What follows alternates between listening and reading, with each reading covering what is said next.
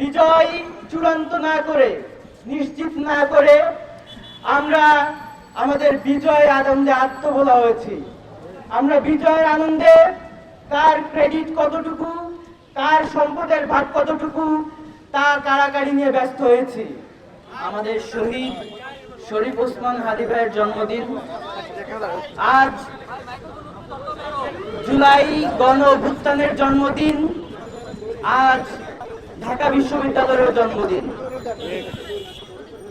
আজকের দিনটি বাংলাদেশের ইতিহাসে একটি গুরুত্বপূর্ণ অধ্যায়। পলাশীর সূর্যাস্ত, সিপাহী বিপ্লবের ব্যর্থ অভ্যুদয় এবং সবশেষ 47-এ ব্রিটিশ কলোনি থেকে মুক্তির যে সূর্য উদিত হয়েছিল এবং 71-এ স্বাধীনতা যুদ্ধের মাধ্যমে পাক স্বৈরাচার থেকে আমরা মুক্ত হয়েছিলাম। এবার যুগ শতকের পর শতক লড়াই করে এসেছি।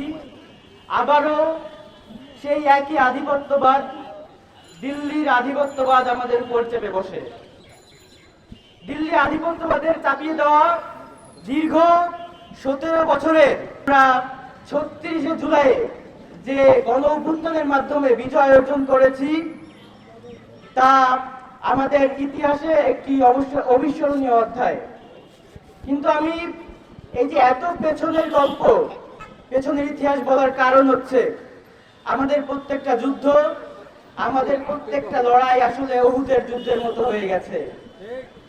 বিজয় পরিপূর্ণ না করে, বিজয় চূড়ান্ত না করে, নিশ্চিত না করে আমরা আমাদের বিজয়ের আনন্দে আত্মভোলা হয়েছি। আমরা বিজয়ের আনন্দে কার ক্রেডিট কতটুকু, কার সম্পদের ভাগ কতটুকু তা কাড়াকাড়ি নিয়ে ব্যস্ত হয়েছি।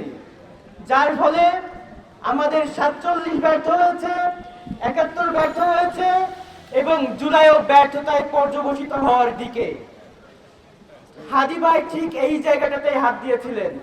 তিনি 24-কে সিপাহী বিপ্লবের মতো ব্যর্থ হতে দিতে চাননি। তিনি বুঝতে পেরেছিলেন এই লড়াইটা এত অল্প সময়ের জন্য ছিল না। এই জুলাই অনেক দীর্ঘ, এই লড়াই অনেক দীর্ঘ এবং এর দিকগুলো অনেক।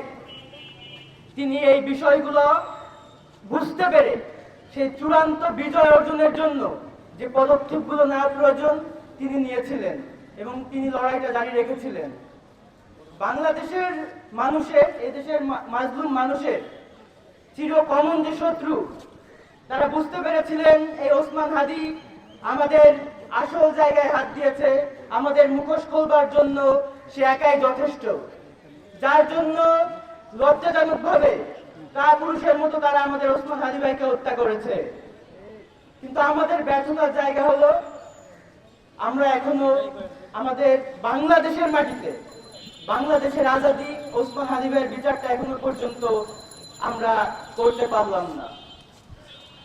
আমি একটা কথাই বলতে চাই, হাদী ভাই যে লড়াই জারি রেখেছিলেন সেই লড়াই, আমাদের জুলাইয়ের যে লড়াইটা শুরু হয়েছিল, আমি বলছি জুলাইটা কিন্তু শেষ না।